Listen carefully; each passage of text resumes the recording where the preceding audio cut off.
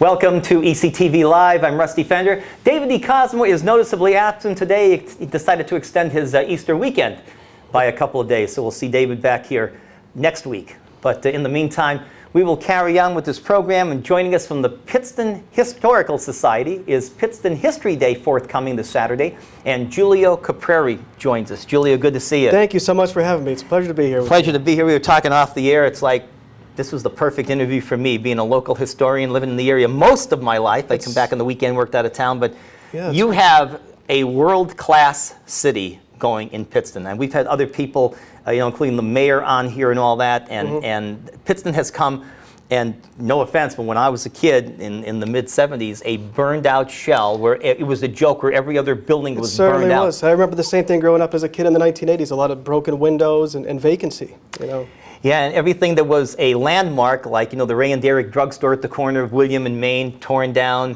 Kresge's, Woolworths downtown. The Lehigh Valley Station, the Bohr and Casey building. We lost so many great buildings. Exactly, the Lehigh Valley Station right where Domino's is now on Kennedy Boulevard, at the Water Street Bridge and all that. But what a transformation, and I think it's been a long time in coming that you certainly have, as you were telling me, enough information, enough historical photographs, negatives, glass plates to really take this into the new millennium with this Pittston History Day. Tell us about the goings-on, Giulio. Well, Pittston History Day is going to happen this coming Saturday. That's April 22nd at the Pittston Firehouse from noon to 5 p.m. And this is an opportunity for the community to come together and celebrate the history of Pittston, because there's so many different facets of history. We're not just coal mining. There's Native American history. There's revolutionary and colonial history. Transportation, which includes the North Branch Canal and railroads and trolleys. Then there's ethnic immigration, religious history, which would also include some of the social organizations that developed, like the Knights of Columbus and the Friendly Sons of St. Patrick, Montedoro Society. Labor and industry history, of course, the Women's Garment Union. And even contemporary history, as we just talked about, some of the recent developments in the Renaissance that our city now has. And some history that may not be that good, but certainly meriting worthwhile ability to remember the Knox mine disaster in the Port Griffith section back on January 20th, 1959. Ended everything from Hazleton to Carbondale, deep coal mining, which of course all the mines at that time you could walk underground, they said, without seeing light, everything was interconnected. And the flooding of that, one of the first areas, one of the first events to be carried on national television when CBS came in and actually set up this brand new thing called a live shot by using microwave to get their signal back to New York instead of the old 16 millimeter reversal film, which you had to shoot and then project what you shot. But a lot of history in a lot of bad ways and a lot of great ways though in this area, Julio. Absolutely. We have some special guests that are going to be joining us that day. We have the Francis Dorrance chapter of the Pennsylvania Archaeological Society.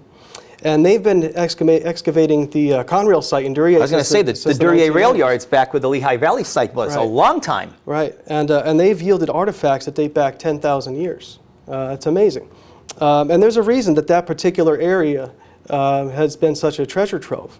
I don't know how familiar you are with it, but well, first of all, it's located in the floodplain of the Susquehanna River. And that's a lot to do with the confluence of the Lackawanna and joins the Susquehanna. So on those shores, people had transportation, drinking water, crop irrigation. That's a treasure trove, as you mentioned, a great area for that, Giulio. But not only that, at a point in both of those rivers, you can ford or cross on foot. And that was known for many thousands of years. So if you were an ancient traveler, and you wanted to get from one side of the river to the other with your family and your belongings, that was where you might have done it. And you would know that you were nearby if you followed the river, because you would see the head of what we call Camel's Ledge. So once you got to that point, you would know that you'd be able to cross it at that point. I was born and raised in Old Forge and live in Duryea now, and Old Forge has a great historical chapter too, which we're trying to get going. They do a lot of exhibits at the People's Security Bank in Old Forge. But again, it's starting now the way you folks started back in 2000 as just kind of a little interest group. That was even pre-Facebook and all your social internet interworking back then, networking. But it's like you've come a long way in just 16 and a half years. We have, and well, in particular, just in the past few years, we organized in the year 2000, and it was a very small group of people. There weren't many volunteers. They were interested in preserving the history, but there was no one really active. There were just a few people. And then I believe it was the year 2013, I began to see pictures floating around on Facebook, historic pictures. And then I realized that there was a historical society. I had no idea.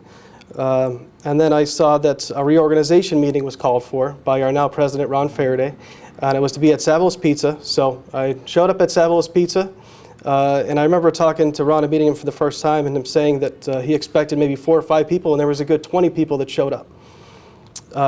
So from then on, we grew, and under really Ron's direction and the hard work of a good core group of about 15 of us, that we really brought this to the next level. In the early part of the last century, 1903 to about 1910, the Laurel Line was the way, and Pittston was dead center between Scranton and Wilkes-Barre, and the Laurel Line, the first interurban in the area between cities, only ran that distance from Wilkes-Barre to Scranton, turned around. They said it was the railroad with no end, right, because it was a complete circle. And that was extremely instrumental, stopping at your now family business, which is right on William Street. Tell us about that. Right. Well, my family business is Duchess Outlet, and it's located in the historic Pittston Stove Works. Yeah. And actually, Pittston Stove, it was organized as Union Stove and Manufacturing Company in 1869. There had been a foundry at that location as early as 1860. But in 1869, a group of industrialists formed the Union Stove and Manufacturing Company. And one of the principal organizers for the Union Stove and Manufacturing Company was Colonel William Moniz, and he was a colonel in the Civil War. A man that led men into battle during Fredericksburg, Antietam, and Chancellorsville. It was actually, his group of men were dubbed Moniz Tigers because of their fierceness. And this same man who was instrumental in forming, now this is a joint stock company, it wasn't just him, it was a conglomerate. But this same man became Scranton's second mayor, and he was also Lackawanna County's first treasurer, as Lackawanna County was carved from Luzerne County. So a very interesting character, one of many interesting characters within Pittston Stove. But as most people might remember, Grandma's stove in the house, they were big. They were very warm. The anthracite coal heat would warm the house for a long time. Right, to the point where you'd have windows open in the wintertime, right, if you needed to get some fresh air. But they were works of art. They were beautiful stoves, and they were made right in Pittston, and they were shipped all over the world. And behind there, which still exists, is one of the runarounds for the Laurel Line, and the Erie branch, right, which served that area, came right through, which was A.S. Powers Plumbing for the last 100 years. Now, of course, it's R.J. Walker, but came right through that. And you could tell the way the buildings back then were built. They all have this kind of juxtaposed angle where the track would come in alongside. Right, a little spur from the track. Exactly. And that area, I remember as a kid back in 1965, I was 9, but they were taking down all the bridges down where Pizza Hut was on Main Street. Right. They took all the bridges down Columbus Avenue and the whole deal. But what a historic, again, midway town, and a huge city. That was, as I said, a world-class city in its day, Pittston. But of course, all the cities leave as the younger folks go to different areas to find better work. Right. Yeah, unfortunately, when the mining industry went out, now we did have the garment industry after that. So some jobs were kept here, and the ILGWU was very big in Pittston City. But again, times change. And unfortunately, some of the younger people moved out and the population declined. I think at our height in the 1920s, the population of Pittston City was nearing 20,000. It's now closer to 8,000. So that tells you, a little bit about what's happened to business and industry. But again, it is nice to see it coming back and seeing families move back here and businesses and people taking pride in their town. Yeah, absolutely. And I know you know this, but long before Kennedy Boulevard was put in back in the late 1960s, that area itself was a work of art, with the gas works, the Flatiron Building right in front of the Fort Jenkins Bridge, which is the concrete bridge, Route 11. And of course, that entire block of buildings running from the Nook, which is a seafood restaurant, down to the poultry shop. That was a very historic, including the American Theater on Main Street. Right. And when I was a projectionist back in the 1970s, Stan Yannick, who was the chief projectionist there, his son eventually took the American over for several years. But again, in this day and age, it'd be like starting a radio station. You need 8 radio stations in one building anymore, just like you need a Cinemark, a major complex. You'd be out of business by Friday if you showed one movie in town. You couldn't do it anymore. Right. But what a historic area, what a historic district, Julio. Yeah, it certainly is. And at History Day, we're going to have a lot of artifacts on display. We're going to have artifacts and photos of American theater and of the Roman theater, Lehigh Valley Station, the Laurel Line Station, Glennon Brewery, Pittston Stove Works, lots of pictures of Main Street. So along with what we're going to display, we also would like to ask the community to bring what they might have. They may have something from Pittston Hospital, or something from the Women's Garment Union, or yearbooks, or photographs, maps, anything of the like. And these are things that we want to preserve for future generations. And then, some things may mean something to people. They may have sentimental value, and if they do, we still encourage them to bring them, and we will digitally preserve them, and then they can take them home with them. But at least people will get to see what they have.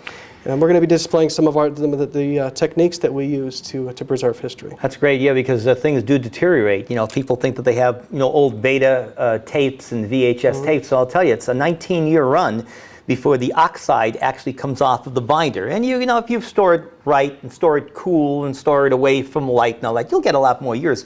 But 19 years is the optimum. VHS, it's been gone 19 years. So if you have something from 35 years ago, your chances of getting that to play are not that good unless you're very, very lucky and keep a very, very type of high-tech environment to store this. But that's a great idea to have that digitized and let them take it home with them so it'll carry on for more generations, Julio. Sure, absolutely. And speaking of digitization, one of the projects that we're involved with, we're very lucky to now be the custodians of the Sunday Dispatch. Every hard copy, well, those that survived, from 1947 to 1917. So this is 70 years of chronicled community history that we're now in possession of. And it's so interesting because one can trace their birth, their grade school basketball, their high school dances, the birth of their children, their marriage, their business, their employment, their accolades, and their own obituary. Everything is there. So it's so important that these newspapers are not only preserved but made available to the public and searchable. But it's a lot of money to do this. It's a monumental task. So we estimate there are more than 4,000 issues, over 159,000 pages, right? So in order to get them digitized so that they're searchable, OCR I think it's called, it's going to cost roughly 25 cents per page. So I don't know if you're good at math. I'm not, but the calculator told me that that's somewhere nearing $40,000. Without doing that the right way, without indexing that, what good is it? You'd have to know exactly where to search. So that has to be done to make it a worthwhile project, Julio. Sure. So the what's taking place now is some volunteers are painstakingly preserving it, and it's taken a lot of Scotch tape. And particularly the earlier issues, 47 through maybe the next 15 years, they're very brittle. They need to be preserved first. And then once they're taped and preserved the best we can in inventory, then they can be digitized. Painstakingly, because that was acid paper back then. Right. So that turned yellow and was as brittle as a wafer that you would eat as a candy. It's very brittle. Right, and these newspapers, it's not like they were just put like carefully in boxes. They were in what they called their morgue, and that's a fair term for it because they were just all on shelving, just kind of like whatever, and people throughout the years would need to research, and they did. So they weren't taken the best care of over the year, and they're old, so that's just how it happened. But we have some ideas on how to hopefully raise funds. It would be nice if somebody would just cut us a check for 40 grand GPHS. We are a 501c3 organization, so you can do that. That helps. But one of the ideas that we have is the Adopt-A-Year program. So an Adopt-A-Year program, maybe class of 1968 Would be custodian for the whole year. Right. It's a great idea. Maybe they'd want to donate, it would be roughly $500 to digitize an entire year. So maybe they would want to sponsor it as a class. And then that would be their year. And all of these things can then be displayed at their class reunion, or whatever they would like to do with them. Or maybe a business that incorporated in 1972 would like to, to sponsor that year. Great idea. So, but we just want to stress that it's so important because this is all of our history. If you lived in Greater Pittston, it's in there, and you'll be able to search it once we complete this project. I'm glad you saved that to tell me. Now, we didn't talk about that off the air, but that was and is the publication, and every area had one. Back in the late 60s, the Triborough Banner in my area, Old Forge, Right. Moosic, Taylor, and they're still very, very popular. But the Sunday Dispatch, my father would go down every Sunday morning, make sure he got the Dispatch, and it was based right there on New Street, where the printing facility was. I'm glad that a lot of that still exists because, again, if you had a child that played softball or you had some type of dinner in some cafeteria that no longer exists, it's in the Sunday Dispatch. Yep, it's in there. That's a great idea. So how did you manage to get that? Because, of course, the Dispatch has been sold many times in this day and age of conglomerates, as you mentioned, Julio. Yes, they have been. But the locals have been very good to us. And prior to this, we were gifted the entire negative collection, which includes hundreds of thousands. So all of those photos that were taken for newspaper articles we're in possession of. Now they're in negative form, so again, another preservation project is taking these and digitizing them and making them available. So we had a good relationship with them And that was Watson, who was there forever. He was there, yeah. Watson, yeah, knew him well. And then just recently, they sold their building, and they can no longer store them, and they asked us if we wanted them. And our president, Ron Faraday, was there within 2 minutes of receiving that Why phone did it call. take him so long? I would have been there in a minute. That was just, could you imagine getting a call like that? Yeah. That's just, and you have to be a real historian to appreciate this, but that's just unbelievable. Yeah, it absolutely is. It's a treasure to have it. And you hit the nail on the head, too. A lot of folks, I think, believe you take your major motion picture studios like Paramount and 20th Century Fox and Universal. You think that these archives are all orderly and labeled. They get these negatives and reels, and there's reel 3 of a movie here and reel 4 of a movie in a different building. And Right. It's a lot, because back in those days, they figure, who's going to need a newspaper from 1947 and it's already 1963? And they just threw it in, as you mentioned. That's the part that a lot of folks don't realize, Right. is how painstaking this is going to be to get this in order. Absolutely, absolutely. Now, Pittston History Day is a Saturday, and what time does it start? It's from 12 o'clock, so 12 to 5 p.m. At the historic firehouse. There will be tours given of the firehouse that day. Also, we have some other special guests, along with the Archaeological Society. We have Jan Lakuta is going to be with us, and he's going to do a children's mural. So it's a very family-friendly event. There'll be some other kids' activities. So his mural is going to depict 5 area churches.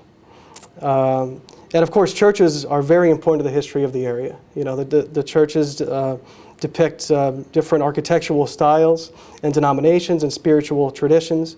And each group that came here, they brought with them religion. It was very important to them to build a beautiful church, and luckily we still have a lot of these beautiful churches. Some are gone, unfortunately, especially the one on William Street, unfortunately. Yeah, but some are gone, but most still exist in the same state they were 100 years ago, Julia. Yes, yeah, and they're beautiful. So it's going to depict 5 churches, and it's going to be a 4x6, so fairly big.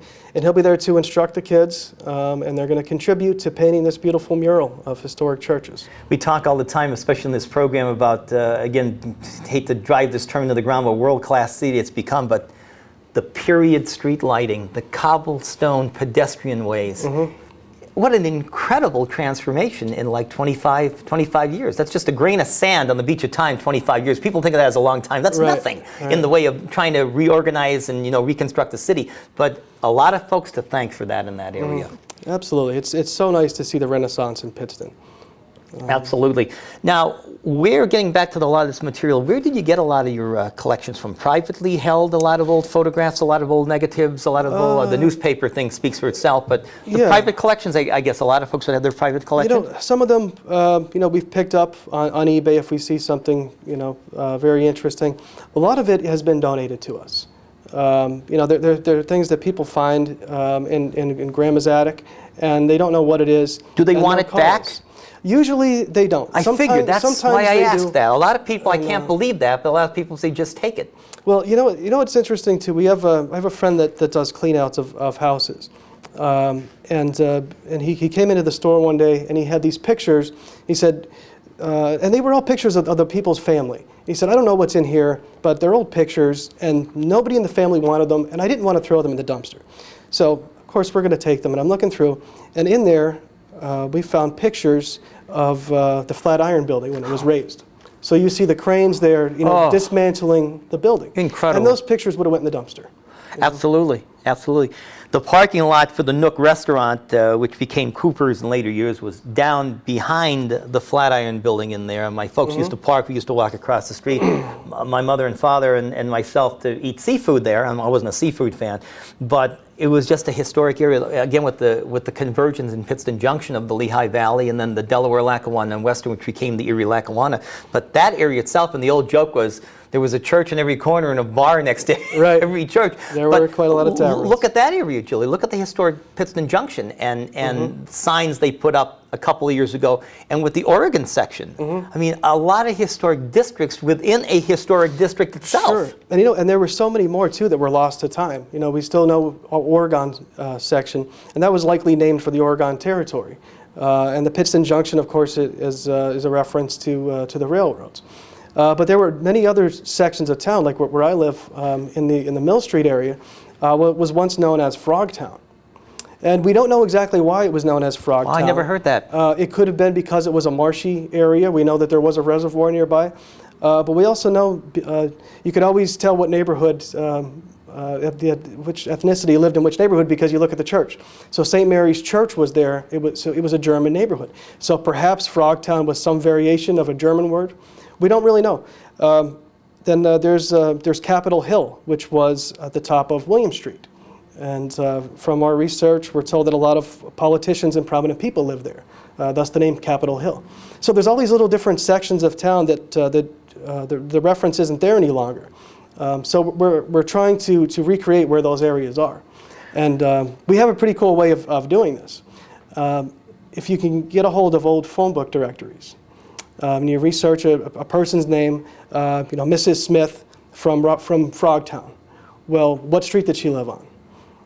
Now you can start to say, okay, we know Frogtown was on Mill Street, and then another maybe obituary from Frogtown was on Wood Street. Well, now you can start to say that it included this street and that street, and then you start to build an area where that particular name was used. You just mentioned the Flatiron building a bunch of times, but every city had one. The historic one is still downtown near Union Street in New York City. But it was for those who don't know, it was a triangular building which came to a point on one side and fanned out. Beautiful building. A beautiful building. And unfortunately, the good part about that day was that there was a renaissance in construction from the old days. The bad part was they saved nothing in those days. Tear everything down. Remember as a kid, again, when they were starting to make North Main Street one-way traffic, and that was the building of Kennedy Boulevard southbound, one-way only, northbound, but that was two-way traffic up until the late 1960s. And unfortunately, with that great construction project to alleviate downtown traffic congestion, the Flatiron building had to go. One door opens and one door closes, and sometimes that's a good thing and sometimes that's a bad thing, but a lot of architecture was lost. It certainly was. In a building like the Lehigh Valley Station that we were talking about before, a beautiful stone building that I think was, the rock was quarried locally, and a gorgeous building, and it was removed because it was perceived to be in the way of Kennedy Boulevard. And as I understand it, I could be wrong about this, but I think after all was said and done, it really wasn't in the way. It could have stayed. It had the wrought iron stairs that led down to the tracks in the back. That was ornate in itself, two-story, and it wasn't after all that. So, it's like all for naught in a deal like that. Right. So when you look for items, I would assume, of course, that something geographically would have a lot better interest in somebody's family. Yes, we're not particularly interested in a family portrait, unless exactly. they were, you know, a big name in the area. Right, right. So we're looking for things that are historically significant, you know. But there are relatives of people that were once mayor in Pittston or business owners. So those particular pictures we would be interested in. Now, this Saturday, 12 noon, there's no admission. It's at the Historic Firehouse, which is on the back street, correct? Yes, it's called Kennedy Street, not to be confused with Kennedy Boulevard, right. But you can see it from Main Street if you know where the Tomato Festival lot is. It's right next to that. And it has the glass doors on the fire department. You can see the actual engines in there and all that. Yeah. But a very historic place. And you're looking, of course, looking for good weather always, for hopefully rain we do. or shine. Yeah. And we have some other special guests that day too. We have the Widows Wandering. And they are a derivative of the dearly departed Players, and they do the Dunmore Cemetery tour every year. Oh yes, we've had them on here. So yeah, very cool. And Julie and Wendy will be with us. So the Widows Wandering, they will be talking about funeral, mourning practices, and culture from the 1860s to present, and they'll be dressed in the Victorian era period. They're going to be bringing some of their artifacts with them and rarities. They requested 3 tables. I don't know what they're going to bring, but there's going to be a lot of stuff. So you'll have to come to History Day to see what they have. Hey, give them what they want. More is more. Sometimes less is more. Yeah, absolutely. So. Now, when you're always looking, of course, for collectibles and nostalgia, how can folks get in touch with you, Julio? Well, we have a Facebook page that's thriving. Which is great. In fact, a friend of mine and I were just looking at it yesterday with pictures of the American Theater. I repost a lot of those on my websites because a lot of folks will not normally go to the Pittston Facebook page, but a lot of things like the American Theater, for the debut of the Singing Nun, which is a huge photograph on your site. Great Facebook. So that's the best way to get in touch with? Yeah, you can do that. We have a website, greaterpittstonhistory.org. We do have a home base located on the lower level of the library in Pittston. But if you're tech savvy, and most people do have Facebook these days, that's the easiest way to get one of us. We'll respond very quickly. We welcome you to become a member. We welcome volunteers. A membership is $20 a year. A business membership is $100 a year, and I think students and seniors are $15. But as I said, we're a 501c3, tax deductible. And it's really our main source of income. So we do appreciate it when people become a member. I think you got a lot of great ideas, Julia, especially the Adopt a Year for whatever year is important to you, whether it be a business, whether it be a high school graduation, which was then Northeast Area High School. Long before I went there was Pittston area, it was Northeast. And again, all the nostalgia, and I think it's a wonderful thing, because a lot of people, quite frankly, are reticent to bring a collectible item and have it on display, but you're going to digitize that, give it back to the folks with something actually more in longevity than they came with. Sure. And we have hopes of one day having a museum. We don't have the space just yet, but we do want them to know that if they bring an artifact to us, it will be taken care of. It's not going to go in a box and go from house to house or be given to someone else, or certainly not sold. These are things that we appreciate having, and we want to preserve them for future generations. Great guest, very knowledgeable. Julio Caprari, thank you so much for being with us. Thank you for having me. I appreciate it. Absolutely. Great time this Saturday, 12 noon, downtown Pittston, the Pittston History Day. David D. Cosmo will be back next week. I'm Rusty Fender. Mark McGlory, our technical guru and producer, thank you so much for everything. We'll see you next week right back here on ECTV Live.